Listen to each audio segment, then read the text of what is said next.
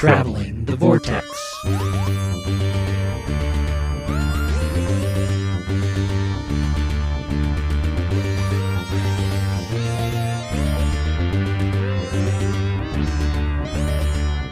We've joined the Doctor as she travels the Vortex and arrive at episode 531. Tag, you're it. I'm Keith. I'm Sean. I'm Glenn. How's it going, guys? Pretty good. How are you doing? Not too bad. I am a bit tired. I just figured that goes without saying. Did you guys do anything fun in the last week and a half? I watched She-Hulk. Oh, yeah. Yay. Oh, we're all finished with She-Hulk now. Yay. Yeah. I enjoyed the ending. I thought it did was too. very, very clever, very meta. I did too. I still wish the show had been more about her than a parade of cameos, but overall I enjoyed it. Oh, I think the cameos made it fun. I actually sort of expected more cameos than we got, to be honest with you, but I thought they were fun. I thought they were. I mean, that's what the show was. It was the sitcom for the Marvel Universe, and I think by doing that and having the cameo of the week, although we had a few people that cameoed a little more often than others, but yeah. And keep in mind, Wong counts for like 5. Yeah, well, until they named it, this was Phase Wong, so. True. I also watched Werewolf by Night, which was phenomenal. Yeah, Wasn't it good? That is was so really good. So good. I didn't expect it to be as good as it was. Yep, I agree. Starting with the CBS style special presentation intro, it kind of was like, well, you had me at hello. Yeah. I'm glad The tone, the visuals, all of it was just fantastic. I'm glad that's what imagery you got too, Sean, because as soon as I saw that, I was like, oh, that's just like that special that spun, and had the different colors. It was so cool. Have you guys cross between that and the old HBO Open? Have you guys come across the trailer for Guardians of the Galaxy Holiday Special? Yes. It looks so good. And the Ant-Man Quantumania trailer looks phenomenal. It does. I keep thinking it's the best trailer I've seen in a long time, but I think part of it is because they're playing to my nostalgia because they're playing that Elton John Goodbye Yellow Brick Road song with it, and it just works so well. Well, and just the visuals of it, it's engaging. It's whoa, that is unique and different and not something you've seen before. So that makes it even more exciting because it looks so different. I tell you, that song and those visuals work as well as Immigrant Song and the Thor Ragnarok. I mean, it is on par with that trailer for impact, I think. Yeah. Mm-hmm. I'm disappointed in it because there was no Mac and Me clip. I really was kind of hoping that Paul Rudd would have pulled one over on us, but I watched The Munsters. The Rob Zombie one. What did you think? I liked it. I think, personally, it's very meddling in some parts. I think there are certain jokes that don't land, but when the jokes do land, they're funny.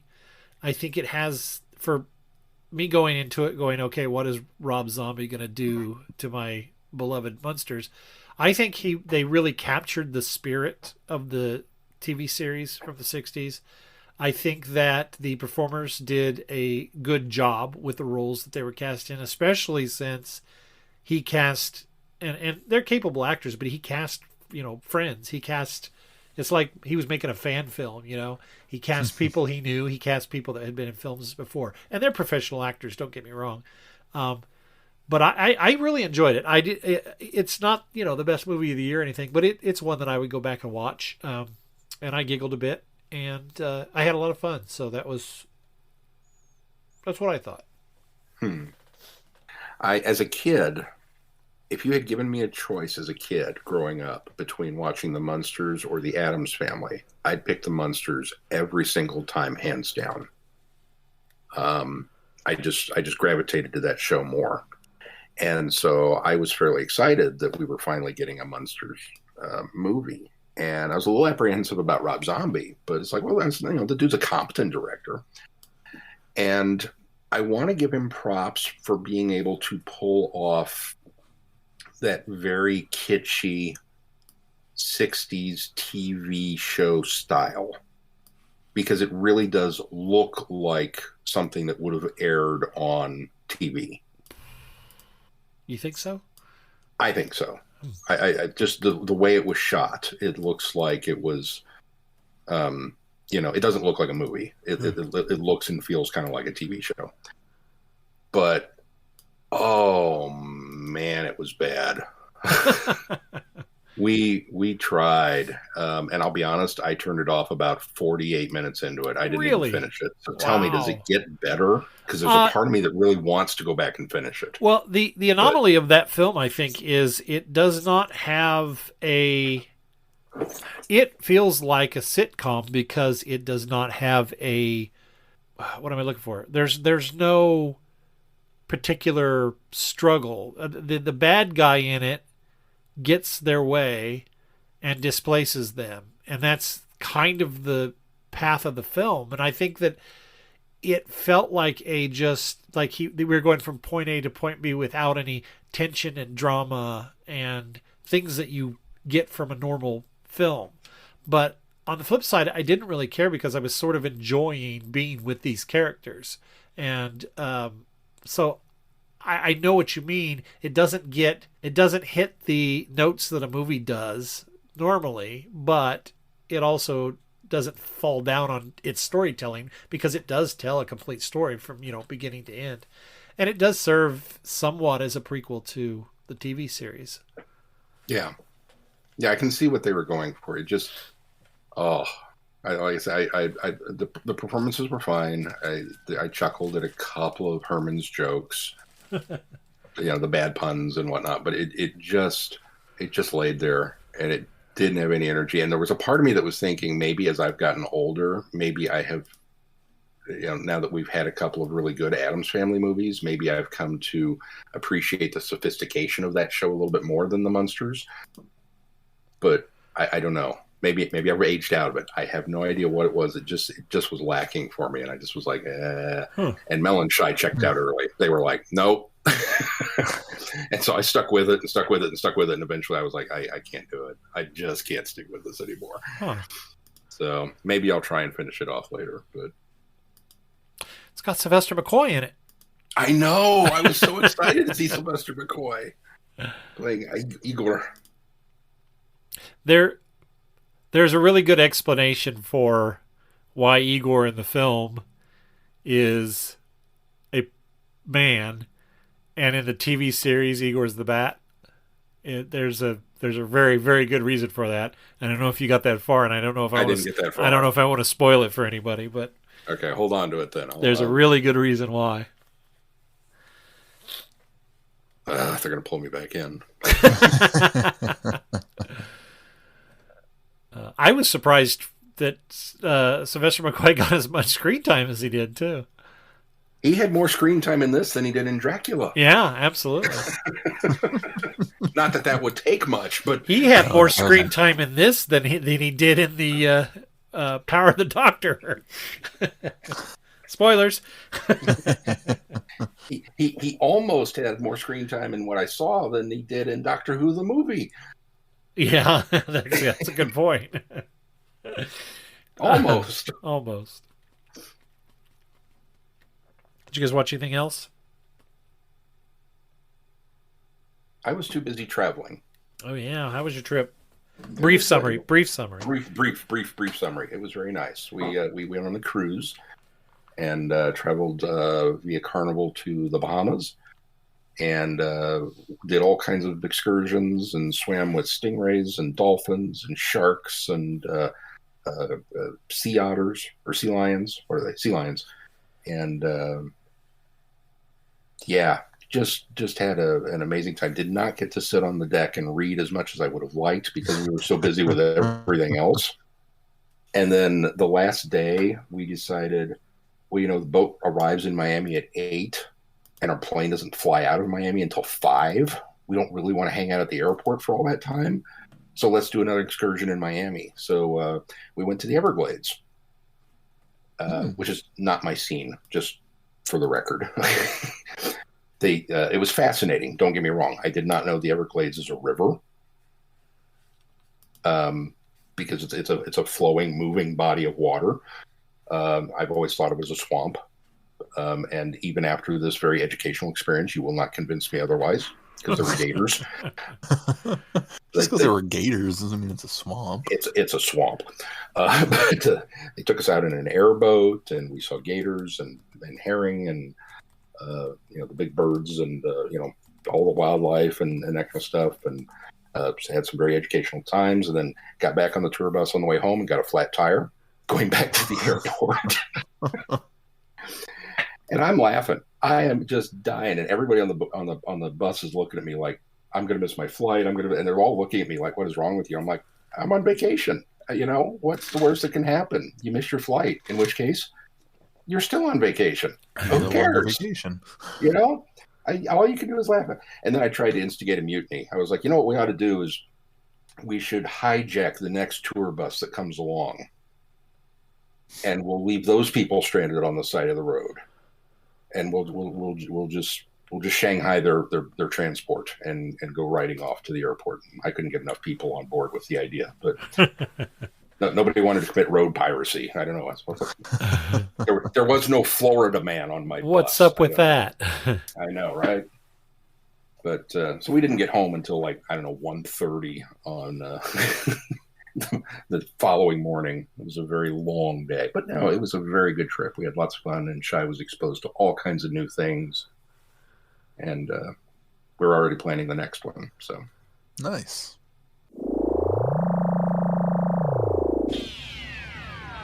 You are invited on an adventure across all of time and space, in a completely random order. It's the Police Box in the Junkyard podcast. Jump in the TARDIS with your hosts, Eric Gulbranson, Asad Kheshki, and Matthew Kressel. Explore Doctor Who TV stories, audio adventures, and books, both novels and non-fiction. The Police Box in the Junkyard podcast. It's the entire Whoniverse on shuffle. The Police Box in the Junkyard podcast is a member of the Direction Point Network and is available about once a month wherever you find your podcasts. You are listening to Traveling the Vortex.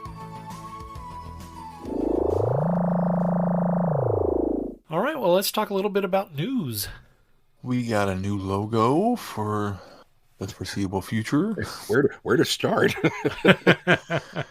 I kind of expected us not to have any news because of the new special dropping, and then all of a sudden BBC was like, "Oh no, but wait, there's more." Well, I think that's just it. They felt like they can. Okay, now we can move forward and announce all this stuff because now we've gotten this special out of the way. We've got Jodie's regeneration behind us, so now let's go forth. Which I think rightfully so, and I'm glad that they did wait because it seemed like we were getting so much information. I complained about it before. We were getting so much information that wasn't Centenary Special. We were getting so much stuff that was 60th anniversary special. So I'm glad they held off for some of this stuff because now I can get excited for the 60th anniversary. What do you guys think of the new logo? Oh, you don't even have to ask us. That's a Tom Baker logo. That's the classic logo. That is the Tom Baker logo. If there's two guys that are in love with a logo, it's us. It makes me think that it's going to be just a placeholder logo for a little bit until Ncuti Gatwa getting a different logo beyond this. You think so? That's just my gut. I think, although it's already designed, so you wouldn't have to spend a lot of money on it. But it seems to me that if they're putting that out there, I suppose it depends on how much stuff is packaged with that between now and then. If we see it turning up on packaging, I see that being the logo going forward for a while because they spend a lot of money to do that. So, and if he's taking over in 2025, then I really think that I guess time will tell if they stick with that logo, or if we see that logo crop up on everything over the next year. I think you can pretty much expect it to stick around. Well, it's the Diamond Anniversary, So the fact that they brought back the diamond logo makes a certain amount of sense. Well, that's a good point, yeah. It makes a certain amount of sense that they would use it for just that year, or for just the 3 specials that David Tennant's going to do, and then move on to something new and original. That's a good point. But at the same time, I could see them sticking with it for a while, because it is, as somebody else pointed out, it might have been Chrissy, I think, that I saw an article that she had written on it.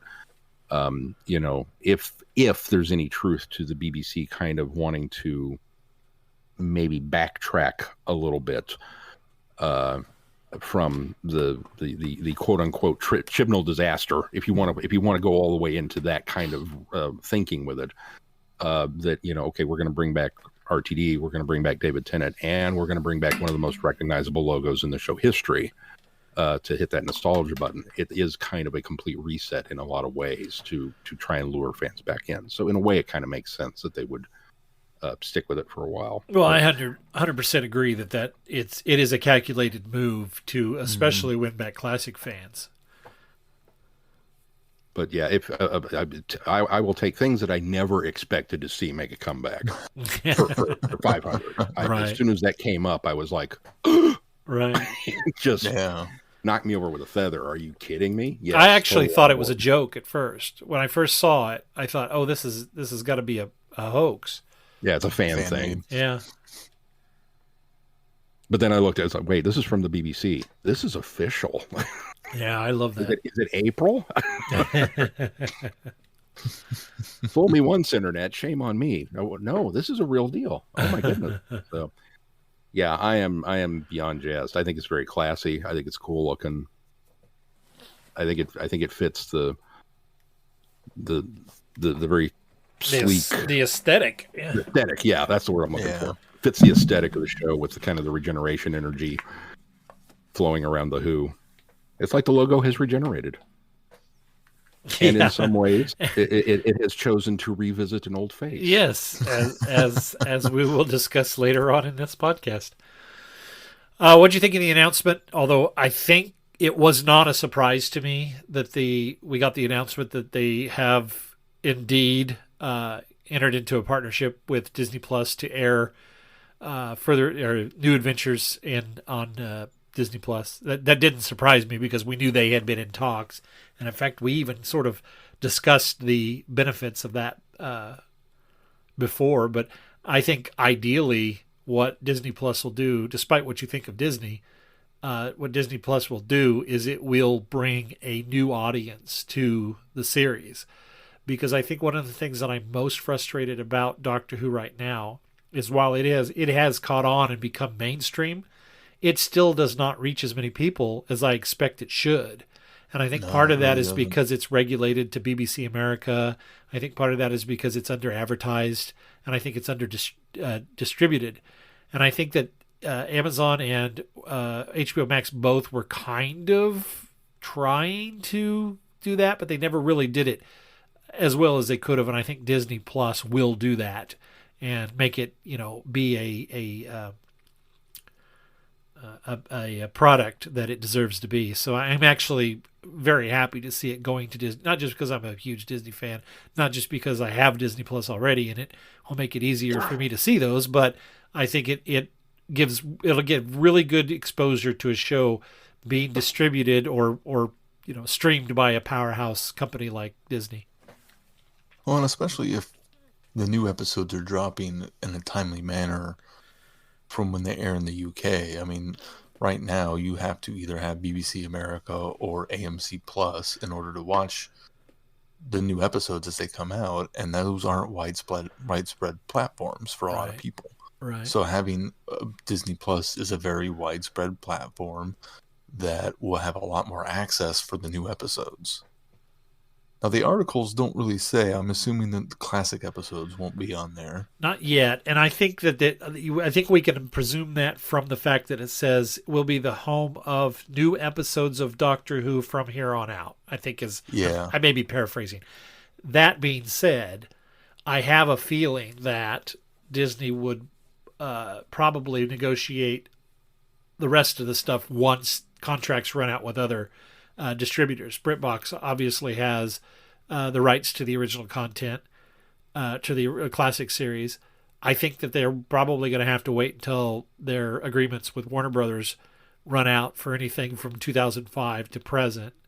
And then I think once too. that happens, then I think we'll see that catalog maybe make its way to Disney Plus, so that everything Doctor Who will be over there.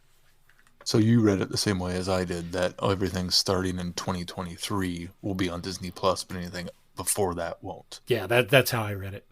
Okay. Yeah, I think it's starting with David Tennant, and then I was joking with Odd Duck Phil about this because he asked that same question. I said, "Yeah, everything's starting with David Tennant," and then I had to stop and go, "Well, the second David Tennant," and then I had to stop and go, "Well, the third David Tennant." Because I can see Disney definitely, once the HBO Max deal is done, negotiating for the rights to the 2005 and on series. I think they would be very cautious about bringing on Classic Who based on viewing figures at that point, because as we've said before, Classic Who, while we all love it, it's kind of still a niche thing. And once the brand grows and it becomes the global hit that we all think it should be, is there still going to be a demand for wobbly sets and foam rubber monsters and some of this other stuff that is a little more kitschy and niche? And I know Disney has a lot of kitschy and niche stuff on their Disney Plus. I know it's a lot of their own product, but there seems to be a lot of that already there. Plus, there is multiple.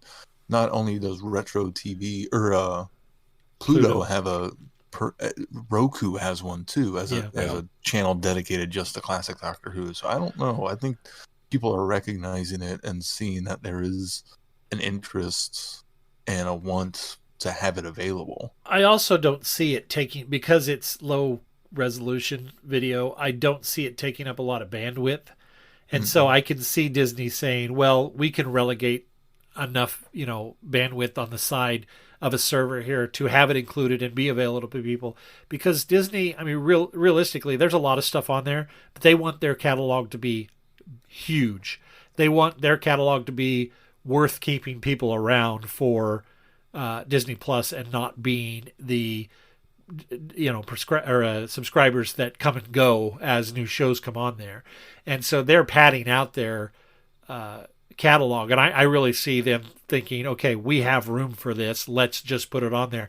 The other thing that I can see happening now, I think the best thing that comes out of this is now they may have some of that money they need to go and animate more of these episodes.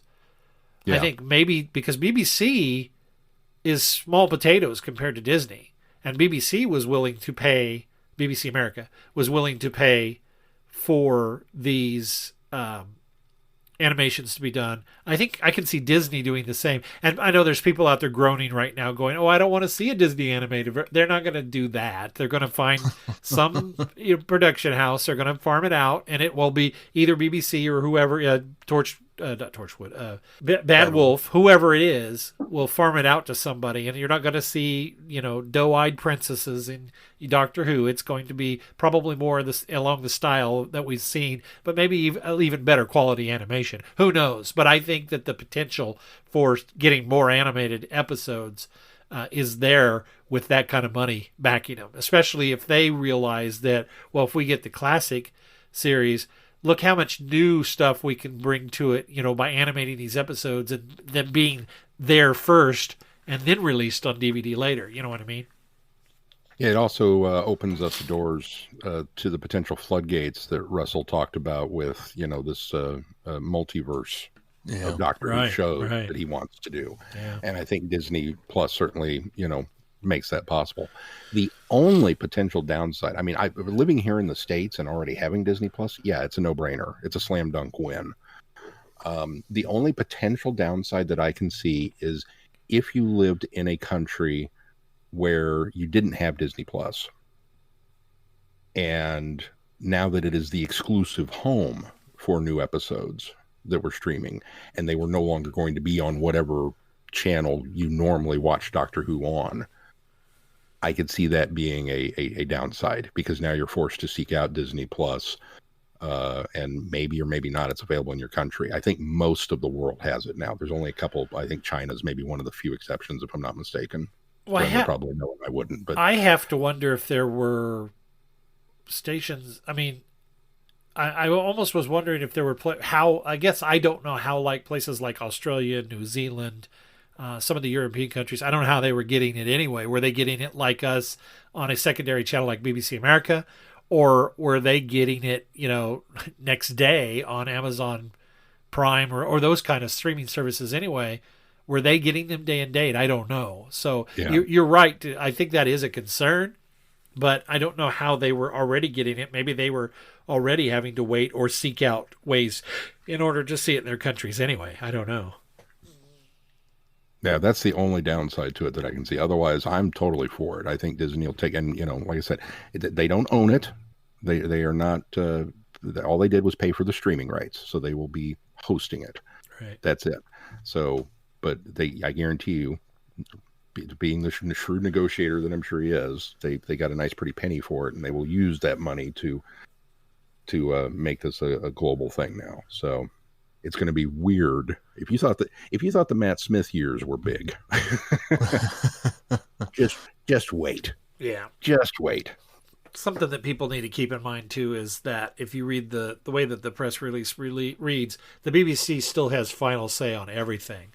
Above and beyond Bad Wolf, above and beyond Disney, they still have final say. So if you're worried about stripping away a British institution, you don't have to worry about that.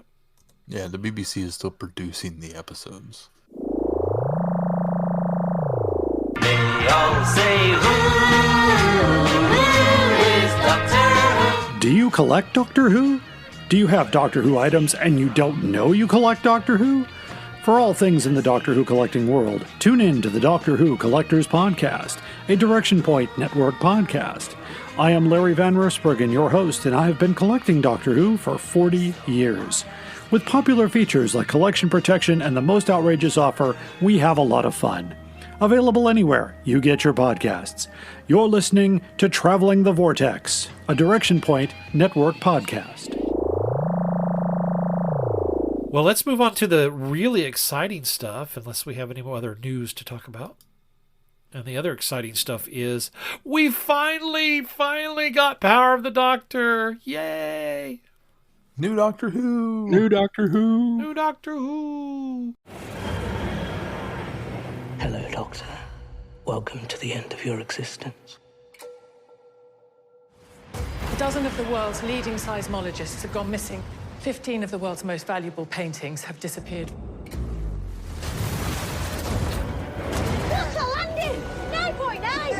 Can I let you in on a little secret? A Dalek incursion on Earth is imminent. Has it never occurred to you that it could be a trap? This is the day you are erased forever. Bit of a conversation stopper.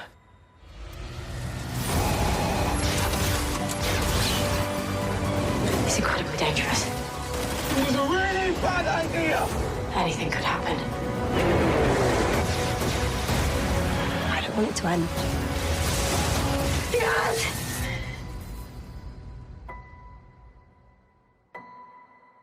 Do you have a synopsis, Keith? I sure do. Ooh, let's hear it.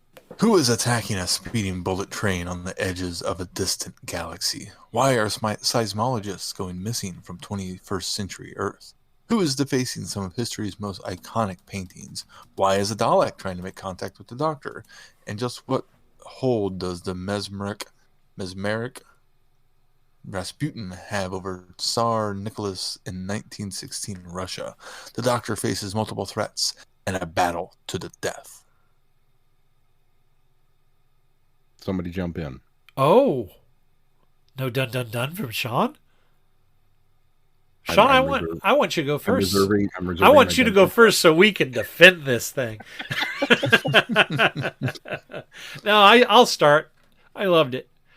I think it's chaotic. It feels like a lot of stuff shoved into it, but I think that it was the energetic fan service story that I think I was wanting out of a number one Centenary Special, number two a send off for a doctor, and number three just a way to see Jodie out on a high note. I think that while I think some of the writing maybe still suffered a bit, I think that this is probably Chibnall's best work. And I think, unfortunately, I think he finally started getting it from the time Flux started till now. Because I think even the New Year's special last year was good. And with the exception of maybe the Sea Devils, which I think was the probably flop, I think all of that other stuff, he was sort of getting better and getting into his groove. Not that I wanted him to stay around for another year and see what he could do, but I think he really did finally start to get into his groove. I found it quite interesting that they did not address any more of the Timeless Child. He left that behind. I thought they were going there, especially with the cargo on that train. Spoilers, by the way. We just should say right here, right now, we're going to spoil this thing. And if you haven't watched it, stop listening, go watch it, and come back. But the cargo that the Cybermen were trying to get on the train, when they open that up and it's the little girl, I wondered if maybe we were going to get some answers, or maybe we were going to get a switcheroo on what Timeless Child actually was. That maybe it was a lie. I kind of thought they were going that route. They don't. They don't go there at all. They leave it all alone. I absolutely loved the nostalgia points. I think Ace and Tegan may be slightly underused in this, but I think that comes from the fact that we were putting so much in it. But I think what it does do for their characters is it gives them a moment, albeit brief moment, with their doctors. Even though it's a digital interface, it's still the heart of, the hearts of the doctor.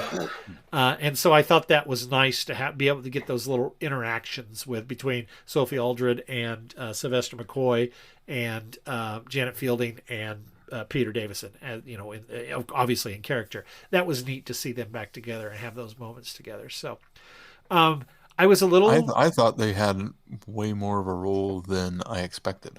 Is that right? Yeah. I kind of thought they would be glorified cameos of 5 minutes of screen time to help establish this mystery, and then we never see them again. I didn't think they would actually be in on the action, which I was thoroughly enjoyed. Well, and in typical Chibnall fashion, that could have easily happened, and so I was glad it wasn't. And I'm not saying that I felt that they were underserved. I just felt like they maybe could have been a little bit more even than what we got. But I just, from start to finish, I didn't realize this was going to be nearly 2 hours. I think it's like an hour 40 something, or hour 45, somewhere around there. I had no idea it was going to be that long. So I was, when it started and it was already felt like they were cramming a bunch of stuff in, I thought, how are we going to get all of this into an hour? And then when I kind of looked at the runtime, I was like, oh, wait a minute. They've got some time to flesh this out. I thought, the Master hiding out as Rasputin in the early 1900s or late 1800s was great. Yeah, I loved that. I thought that was amazing. I guess it was the early 1900s. Was amazing. That was so much fun. I absolutely loved the dance number by Boney M's Rasputin. That was so good. So much reminiscent too of the Saxon Master doing the dance when he's de-age or aging up. The 10th Doctor has him trapped, captured. Kind of a harken back to that. God, there's so much good in this. I'm going to turn it over to somebody else, and I'll think of more things that were great. Yeah, I agree with a lot of what you said, Glenn. It may be a little overbloated, but it's also a very fitting end for the 13th, for Jodie Whittaker's Doctor. I mean, there's not... Her run has been up and down and a little rocky, and this story kind of reflects a little bit of that too. There's some issues with the plot, but it fits together well enough that as you watch it, you just are along for the ride and have a lot of fun while while going through it all. It hits all the emotional notes you want it to hit in a regeneration story. It, the nostalgia factors are off the charts. It feels like Chibnall finally decided to, I don't know if he just decided to lean into it because of the classic Doctors, but there are so many more references than we've ever had in Chibnall's run throughout the entire thing. I mean, even the Master says he has to dress for the occasion. I mean, he makes the movie reference. I mean, Chibnall, who has shied away from so much of this history in the past, really leaning into it, I think helps make the story better. Yeah. This is... All right, Sean, why did you hate this? I didn't hate it. Let me make that clear off the top. Just like the rest of her run. No, I didn't hate it. It's a difficult one to review, genuinely, because I feel like it's a beautiful disaster. You're absolutely right. There's way too much crammed into it. We've got a heist on a train with this big high energy thing. That's just a good open. I mean, it's a good open. We've got the Dalek plot. We've got the Cybermen stealing the what initially is a kid and turns out to be an alien. We've got Mondos 2.0. We've got the Master impersonating Rasputin because, of course, he would be Rasputin. I'm shocked that it's been 60 years and we've not had the Master as Rasputin before now. Because as soon as I saw it, I went, well, duh. I mean, it just made so much sense and it was wonderful. But you've got that. You've got the Dalek incursion. You've got a Dalek turning on its race to give the Doctor this, information. You've got a farewell to Dan. You've got incoming companions. You've got new unit headquarters. You've got just on and on and on and on and on with stuff. Any one of these ideas would have been an episode. Any one of them you could have picked and done a whole thing on it. And instead we cram all of it in and do this very convoluted, quote unquote, master plan where the Master is behind everything and it's all tied together in order to force steal regenerations from the Doctor in order to tarnish her reputation. Well, I think his idea was to kill her. He wasn't gonna give her back her regeneration. Yeah, no. He was taking over her body. He was essentially doing what he's tried to do 2 times in the past. Exactly. And actually succeeds for a little while this time. So in a way, it was just kind of a retread. It was like, well, we've seen that before. But that's very much the Master in general. It's kind of he only has 1 or 2 ideas and just how grandiose they are. And so in that, when you look at the plot of this thing, it doesn't make a lick of sense. There's no part of this that you can look at from a story structure standpoint and go, yeah, okay. But having said that, there's so much fan service that's spackled on top of it that it's kind of like, you know what? I'm really kind of okay. It's a special. It essentially is a special. It's a movie length special. It's an RTD style special. It's a regeneration special. It's a regeneration special. I don't expect plot when I go into those. So I'm kind of okay with you just pulling out all the stops and doing a big bang, knock 'em dead adventure story and throwing everything at the wall to see what sticks and wowing me with, whatever the next moment is that you're going to, pull up, whether it's a companion, that I didn't expect to see, or a Doctor that I didn't expect to see, or several Doctors, or a villain coming back, or whatever. It just kind of, they kept going with it. And yeah, you could complain very easily, I think, about the fact that there was so much fan service to it, that it just was so self-serving. But you know what? It's an anniversary. It's celebrating the BBC. It's reaching back into the past and going, look how much fun this show is. And Yeah, it was made for the fans. I'm okay with that. I had fun. And yes, I had a big stupid grin plastered on my face through most of it. I was able to let go of my problems with the plot because ultimately I didn't care. It doesn't matter what the Master's plan is. It doesn't matter. The Doctor's going to win, although ostensibly she did not.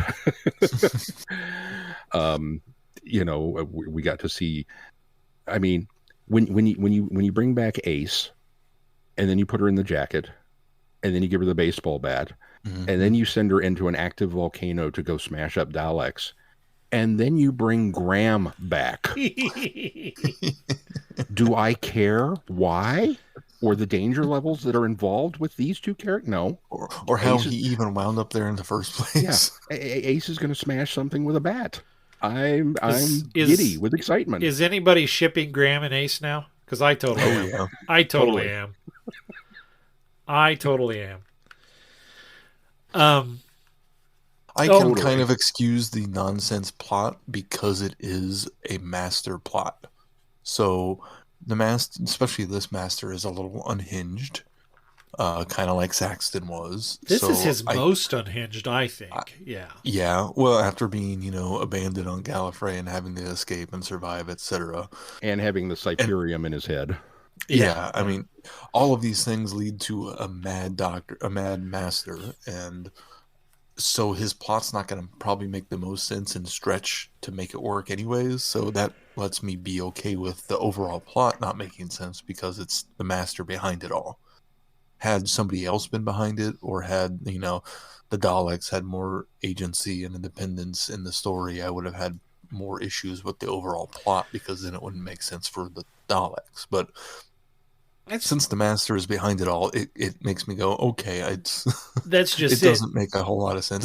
It's kind of like the Joker's plot in The Dark Knight. That doesn't make a lick of sense either, but we all love the movie. It is a madman's plan is what it is. And they don't make any, they don't hide that fact at all. He has gone insane. This is the most and it's crazy. All based off of revenge. Yes, and that's just it.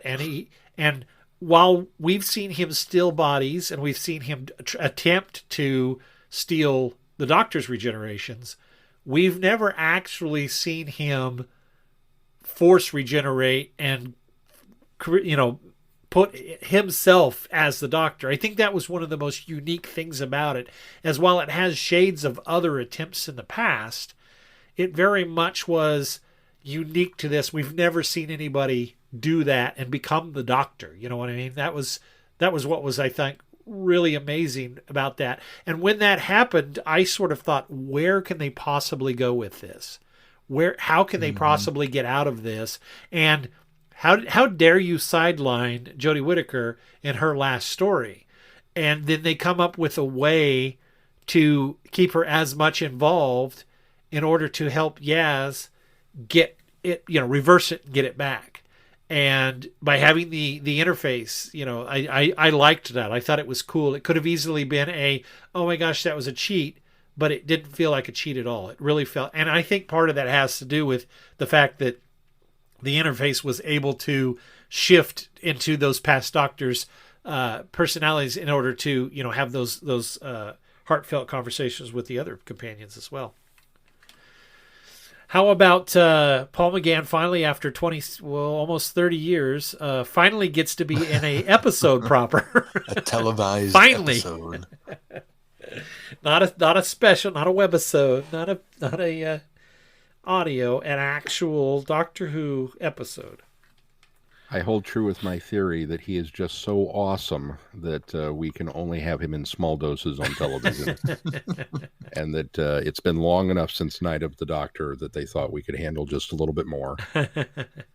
It certainly, I agree with everybody on Twitter who's going, so we're ready for a full series of him now? I was so very glad that the snark was in full effect. I don't do robes. Yeah. I thought all of the Doctors were wearing the same robe. They all had different versions of the robe. Different. Yeah. Mm-hmm. I had to pay really close attention to determine that.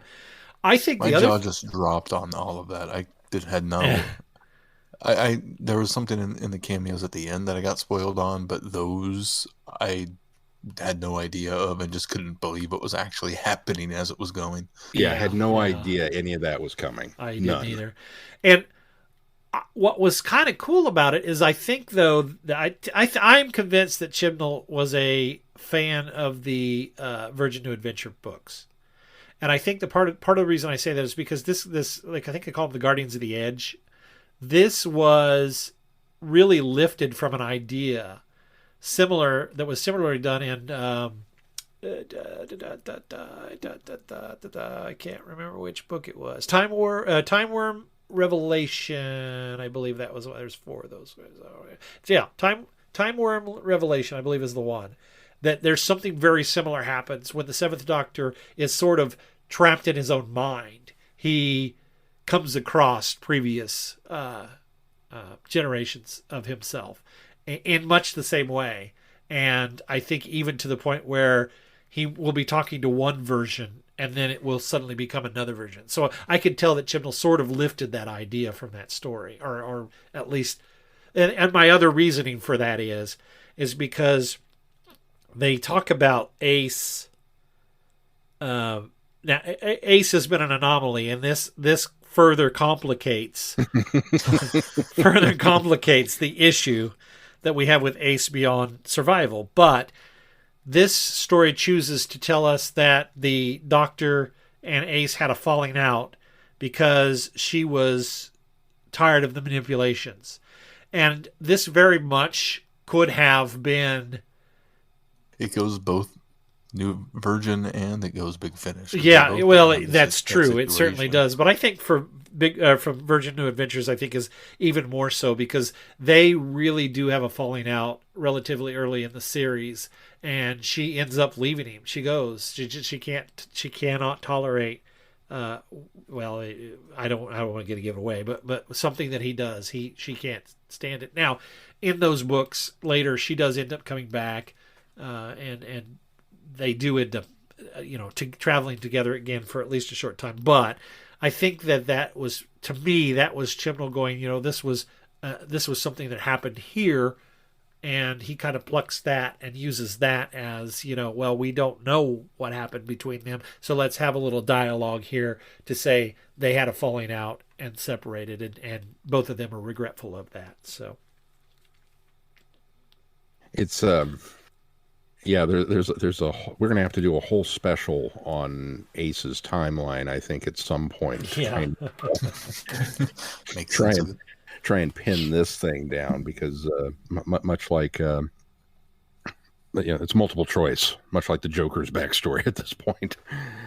But I guess considering the Time War has mucked up so much of things, and we've had at least 2 rebootings of the universe, you can chalk that up to that.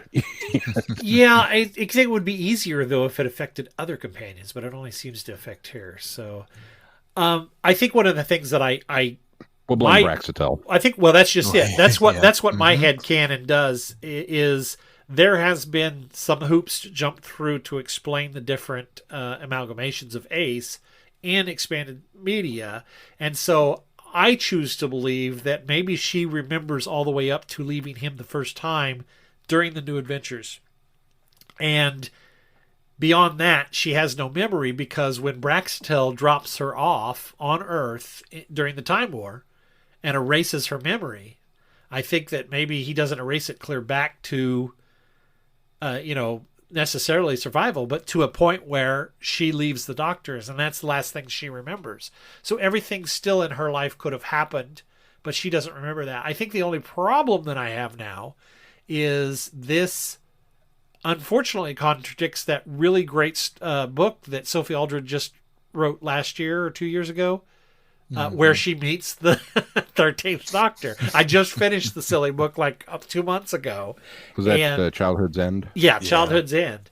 And so I'm really a little disappointed that now I have to figure out how to make that work. But we'll see. Maybe that happened during because I get the impression that childhood end takes place after Braxidel has dropped her off. It's not alluded to in any way, but that's kind of how I had placed it before. So I suppose we'll see. Anyway, we're getting way too complicated into that. How about Tegan? Tegan back. Yeah, Tegan. Braveheart Tegan. She was great. I like her favorite expletive. Rabbits. Oh, rabbits. And the fact that she was the one struggling with, seeing the doctor again. I thought that was very nice. Yes. And really, it should have been A's because of the trauma of everything with Seven. I don't think the Fifth Doctor really even needed to give her that pep speech. I mean, I'm glad he did, and it works really well for that scene. But she was already being so brave by going back and not leaving Kate on her own. I was so impressed by that. I thought that was such a noble thing. Now, part of that's because you could tell she didn't want to jump off that roof, but to go back and decide that she was going to help Kate and not leave her behind, that was really cool. I felt speaking of Kate, I felt Kate actually had more to do this time.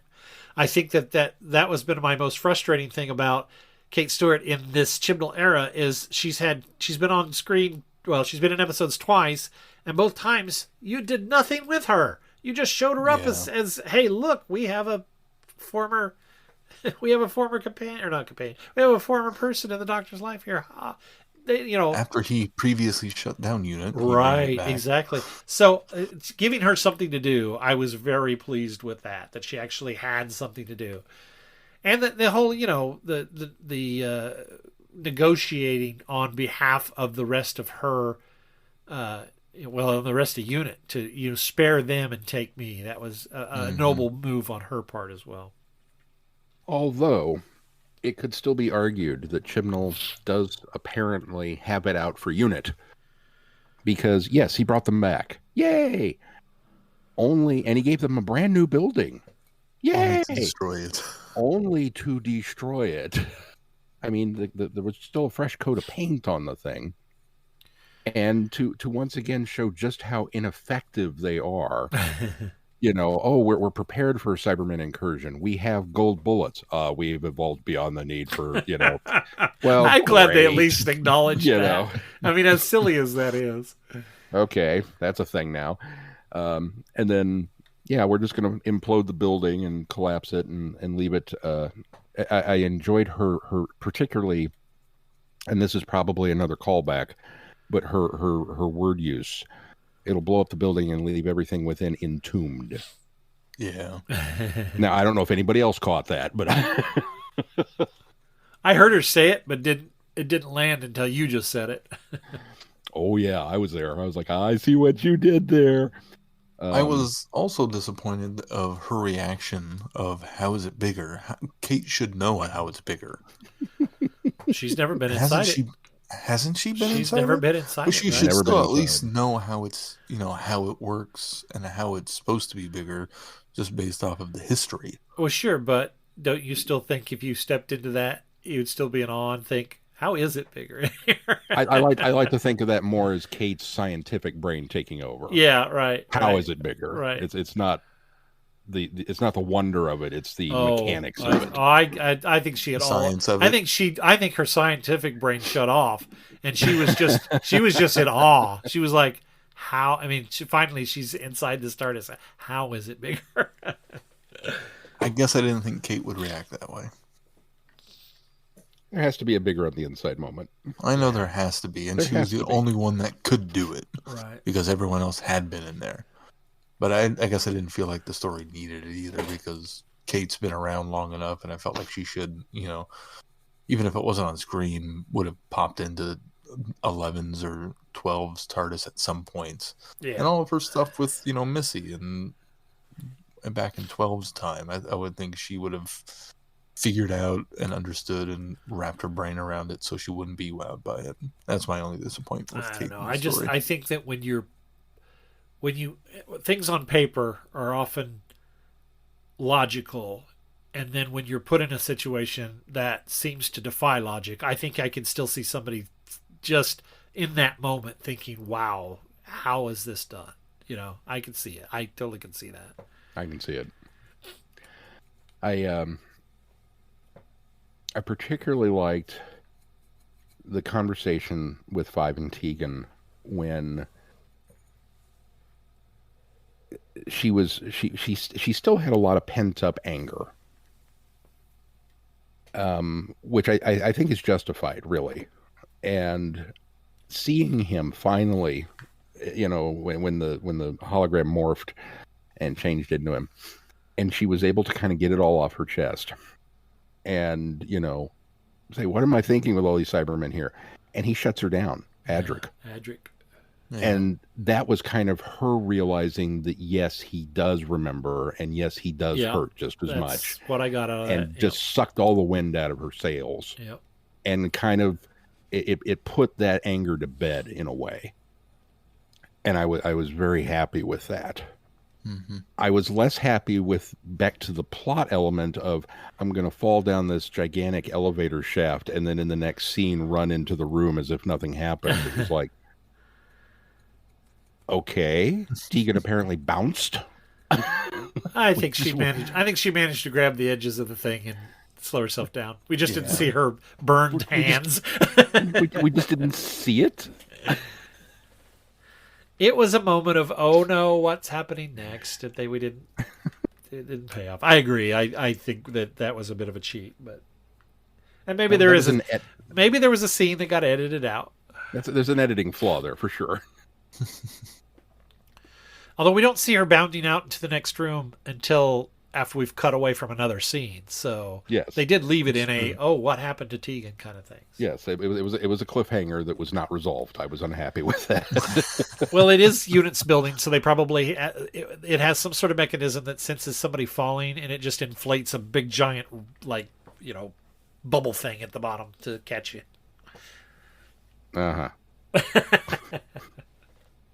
Sure. That's my story, and I'm sticking to it.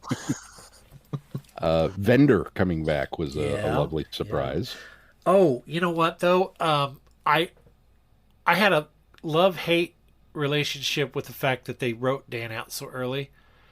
Yeah. Because when I saw him leaving, and I thought maybe he'll show back up, but to be quite frank, I think they actually did the character a service by giving him a nice goodbye and then kind of moving him out of the way so that because I think it could have been even more bloated had he stuck around, and it would have felt like there was way too much. And I think that the 13th Doctor and Yaz sort of needed that last time together kind of thing in order to put the capstone on that relationship. And so I'm kind of glad. At first I was like, oh, don't let him leave so soon. But then later on I kind of thought, you know what, I'm kind of glad that they maneuvered it that way so that he wasn't kind of a fifth wheel this whole time too. So. Yeah, he was very unceremoniously shuffled off right at the beginning. And it was unfortunate. But quite honestly, there just wasn't room for him in the story.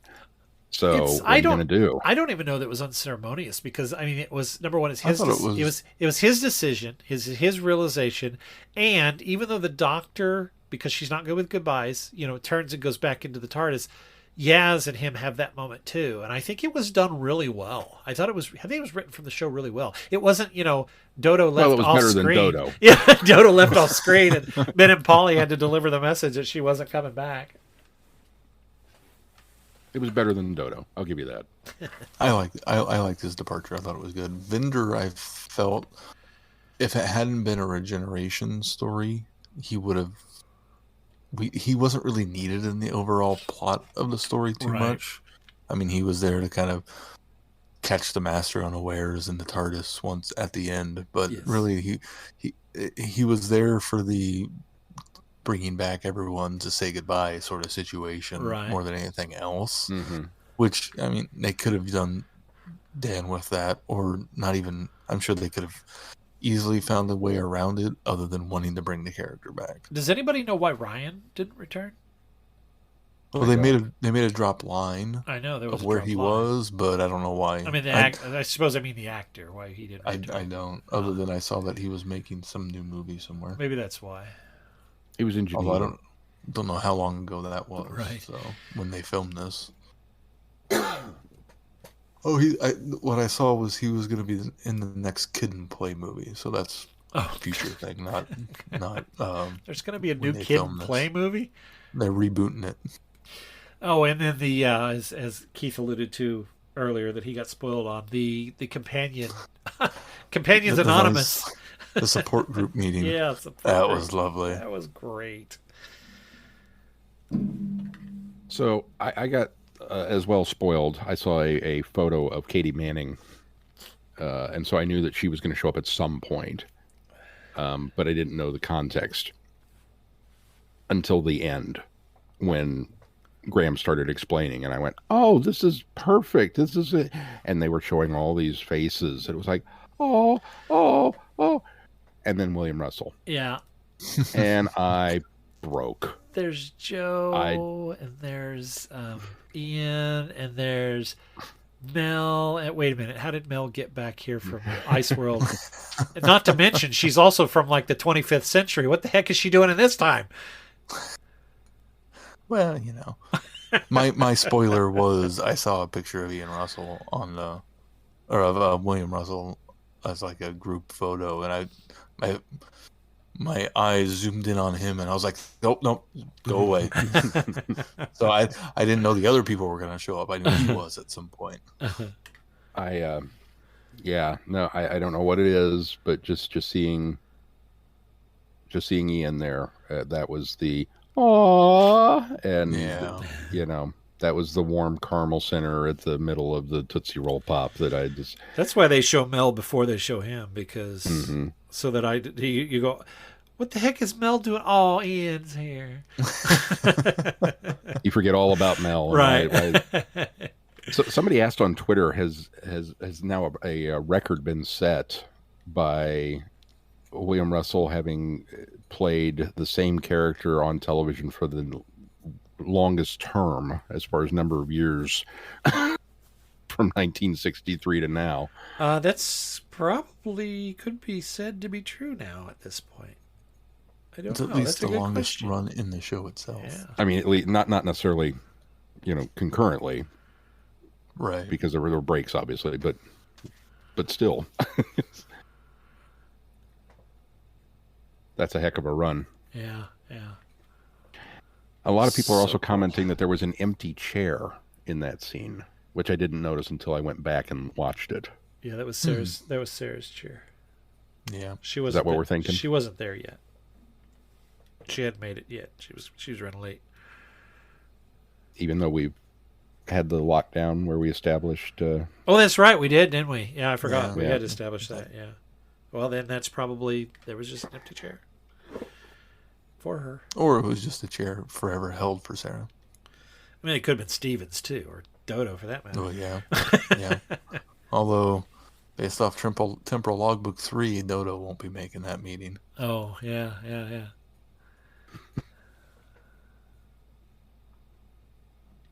Afterwards, my brain started going, okay, who wasn't there, who should have been, and then I stopped myself and said, stop being a selfish fan and enjoy who was there. Stop wanting more and appreciate who you got. Good for you, Keith. That's a right attitude. Keith. Right attitude. I still want to know why Mel was there. Not that I dislike. Not that I dislike Mel, or not that I dislike Bonnie Langford, but I just that I looked at that and I went, "Oh, there's Mel. Wait a minute, how does that work?" Once I saw her pop up, I remembered a headline I had seen, wondering if RTD was bringing Mel back. So that was obviously in reference to this, in the wrong context. Well, then, of course, wrapping it up, we get Jodie's regeneration scene, and which was a lovely scene. It was. I really liked her regeneration and her goodbye to Yaz on top of the TARDIS. It only hurts because of how great it was line, and then the fact that the emotion was there with her and not in the actual goodbye for her. That it was a moment of joy and enjoying, life, which has kind of been this doctor's MO more than a lot of others, enjoying the little things, finding the joy in everything. This doctor has always been a part of that. So I like that they continued that and not made it a big tearful goodbye once she kind of went through all the stages of grief there at the end, because she went from denial to mad. I don't want to go. It's not fair. And then kind of she goes through it all, and it was really nice to see them go through that. Yes, agreed. And then we get confirmation that David Tennant is actually returning as the 14th Doctor. It's not the 10th Doctor. It's not a flashback. It's not a time zone thing. It is actually, he has now become a third incarnation of the Doctor. Yeah.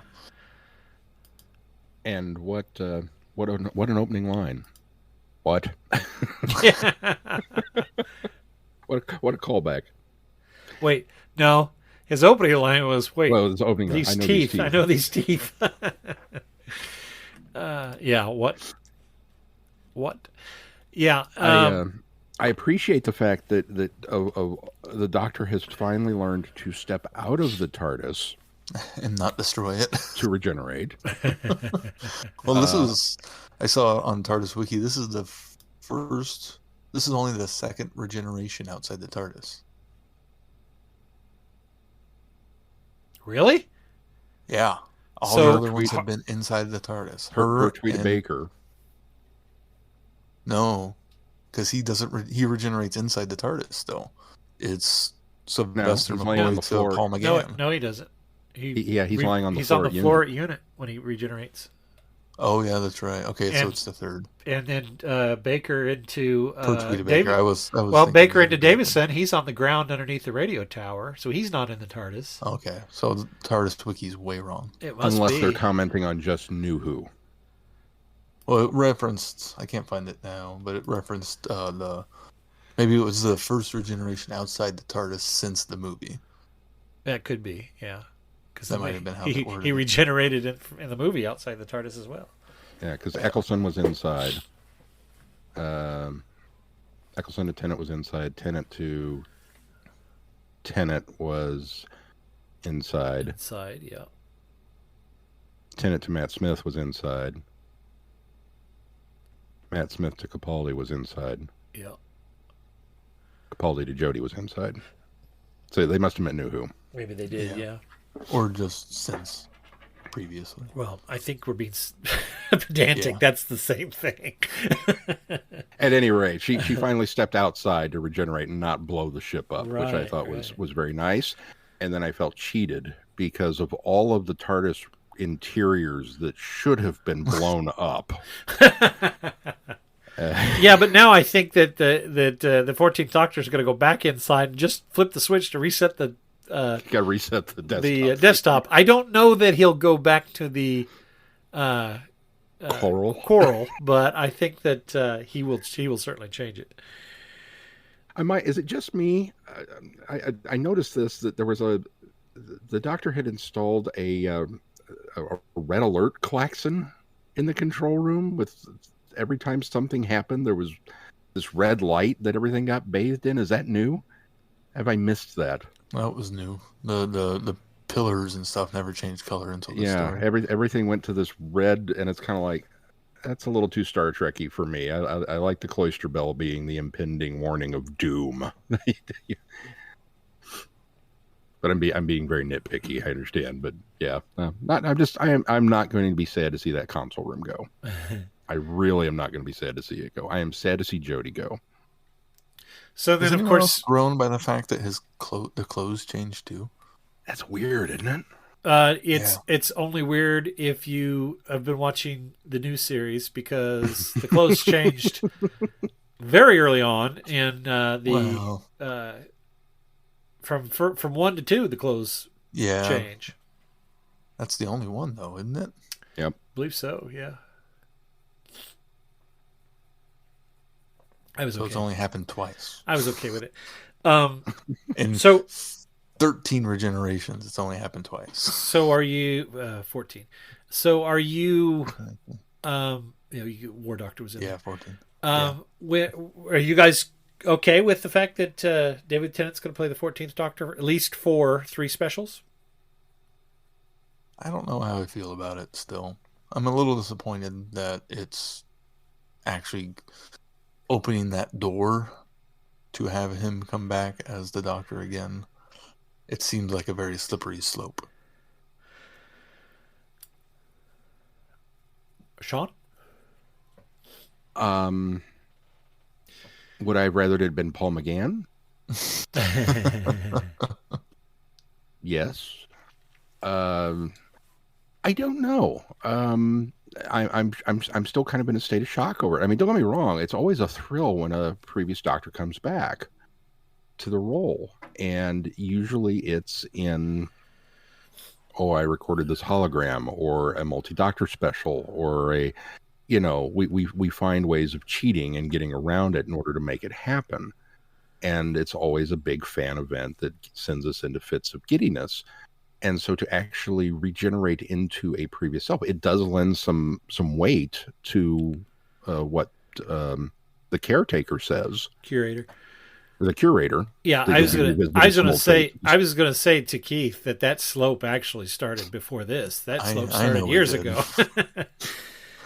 I know it did. So my thing is there were a lot of people, and I think they're mostly classic fans. And I say a lot. I've seen a few comments about, oh gosh, David Tennant, you bring it back, David Tennant, blah blah blah.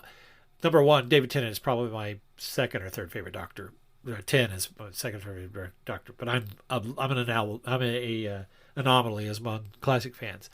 But the way I look at it is, this is very much the same that we, in the 50th anniversary, when Tom shows up and he's playing another incarnation of the Doctor, albeit in the future, or it's presumed, and we all went, oh, this is great. This is wonderful.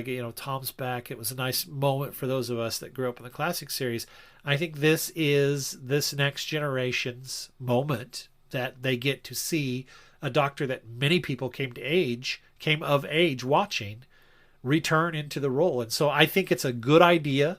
I think it is a soft selling way to bring fans back that may have distanced themselves during this Chibnall Whittaker era. And I think it was a great idea. I think that David Tennant's always brought a love and energy to the role, and I'm actually really looking forward to 3 specials of him as the Doctor. I'm ecstatic. I think I wouldn't have been as good by it had they, and they rightfully did this the correct way, had they not already announced that Ncuti Gatwa would become the Doctor. And so, number one, this maybe was not so much a surprise that this happened, because we'd already seen Tennant shooting the 60th anniversary specials. Well, they announced that he was going to be in it. So yes. And so having them already having announced it, I think, was the right way to do it. And then showing us in the next time trailer that we see Ncuti Gatwa questioning what the heck's going on here. So I think that was a nice soft sell on, hey, guess what? Everything's fine. This is how we're going to do this, and we're going to tell you some amazing storytelling and get you into the next series proper. So super excited. For me, it's all going to come down to how and why it's David Tennant again. I have a feeling that there's going to be a plot reason why it's his face again, instead of just a random thing. Yeah, that's probably true. Oh, honey, you're so cute thinking they're going to answer this. No, I think they will. Just like they did with Capaldi. Well, they did eventually with Capaldi. They did, yeah. Yeah. See? It's a fate to remind me to be kind. Uh-huh. Right. Yeah. Well, at least they acknowledged it. It made sense. It was one dropped line. It worked. Yeah, but they kept that mystery up of why this face.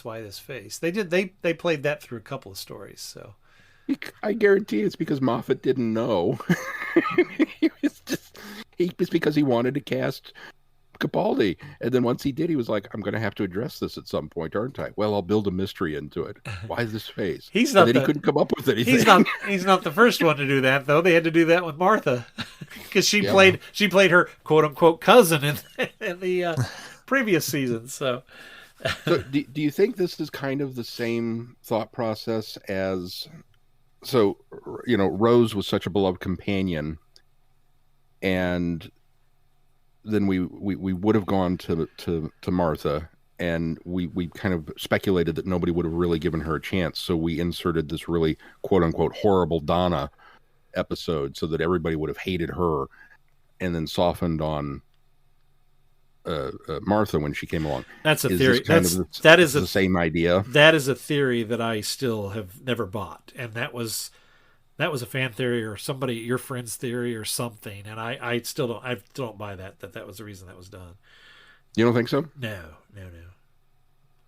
That was a stunt casting, is all that was. She, Catherine Tate, was a huge popular comedic actress at the time, and Russell T Davies loved her, and he wanted to work with her, and that's the only reason she got cast. It had nothing to do with the fact that they were soft-selling Martha, but I'm not going to get on that soapbox, so. Again. Right. I think the other thing about David Tennant coming back is the fact that it's only for 3 episodes. Had it been had shooting not been announced and it just was ongoing, I would have bigger problems with it. To address that point, though, that while I don't agree that was the case with Donna as far as Martha goes, I think that this is probably, and I think I said that when I was praising the fact that they did it this way, I think this is a soft sell. I think this is a way. I don't think it's a way to get us into Shooty because, you know, to give him a chance. I think this is more of a way to distance the show from the Chibnall era, I think is what it is. You know what I think it is? Shooty's busy. He wouldn't have been able to film the 60th anniversary, and they wanted to make sure they had something for the 60th anniversary. That's what I think it is. That's very possible. That's a good point. Sex Education, so they found out of the contract yet or something. Yeah, or that's when they were filming the next season or whatever. And I think he has something else coming up fairly big too. So it's like he's a busy guy too. So they needed to have a 60th anniversary special. Let's bring back a classic, a previous Doctor and make this work. So we still have content for the 60th year. But they still could have done it as a flashback, though. The fact that they've gone out of their way to confirm, yes, he is the 14th Doctor and Ncuti Gatwa will be the 15th, which technically is still now inaccurate since we've had the Master Doctor. But have you seen the list? Have you seen the list of incarnations now? Somebody, I think Holly posted. Holly, Five-ish Fangirls reposted. I think it might have been Gary Yeager that posted it first. But anyway, no, I the contract thing. I think that's kind of that's a old school thing of the past. I don't think they have contract things anymore because so many people do so many different projects now without competing. But contract aside, that's what I'm saying. Filming conflict. Yeah, I'm saying that. Yeah, I agree with you. I don't think it's contract, as Sean said, but I think it is definitely filming schedule, as you guys both were saying. So he's probably got a lot of projects. He's a popular guy now, so they don't want to spread him too thin. Mm-hmm. Hello, fellow time travelers, and welcome to the Doctor Who Target Book Club podcast, the only podcast to discuss, in story order, all the Doctor Who novelizations. My name is Tony Whitt, and every 2 weeks or so, I'm joined by a 2 to 3 person discussion panel, including our so-called expert who's been a Who fan since 1979. That would be me. We also get the views of intermediate, casual, and novice fans who either have never seen the show or who have never read these books until these podcasts, including Dalton Hughes and Alison Fitz-Seyfried. You can find us on iTunes, Stitcher, Spotify, or wherever you find good podcasts, or even ones like ours. You're listening to Traveling the Vortex, a Direction Point podcast.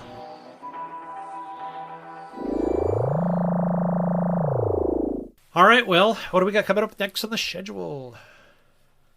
Well, coming up next on the schedule, unfortunately, Doctor Who is still not on. And for a whole another year. A whole year. Which is terrible. But we do have more Who, just not televised for you. starting with Temporal Logbook 3. We are still in our little mini hiatus from our Time War reviews, and we'll be taking a look at the recent Pencil Tip Publishing book. It's an anthology series of short stories about how the Doctor's interactions with people has changed their lives. And it's one that's near and dear to my heart because I have a story in it, so I'm very excited and proud of that. But 13 wonderful short stories from wonderful authors, and we will be kind of going through them. So I guess I should warn you now, spoilers will abound. It is a charity book. If you have not picked up your copy, I encourage you to do so because all the funds go to Settled, which is an organization that helps people dealing with the kind of fallout of the UK's removal of themselves from the European Union and kind of the fallout of that from some of these people who are now kind of stranded in the UK and what they're going to do with it. So all proceeds go to that charity, which is always a good thing. But we will be covering that book and then getting back into the Time War with some more Paul McGann, 8th Doctor, Time War 3 and 4 coming up. So more good stuff to come. And you can find us at our website, travelingthevortex.com. If you get any value out of this podcast, why not consider putting some value back into it? You can do that by joining our Patreon, and you can do that when you become a patron of our podcast. You unlock more audios and specials by us, and if you could give just even $1 a month, that helps us keep the lights on here at Traveling the Vortex. Also, please consider giving us a 5-star review wherever you subscribe to this podcast. That helps us bump up in the ratings and recommendations for others to find our show. Anything else we need to talk about before we close this show? If not, until next time, I'm Glenn. I'm Sean. No, I'm Keith. Cheers. Good night, everybody. Be seeing you. Thanks for listening. You have been listening to Traveling the Vortex. Doctor Who and all of its associated programs are owned and trademarked by the BBC. No infringement is intended or implied. Direction point! Direction point! A Doctor Who podcast network.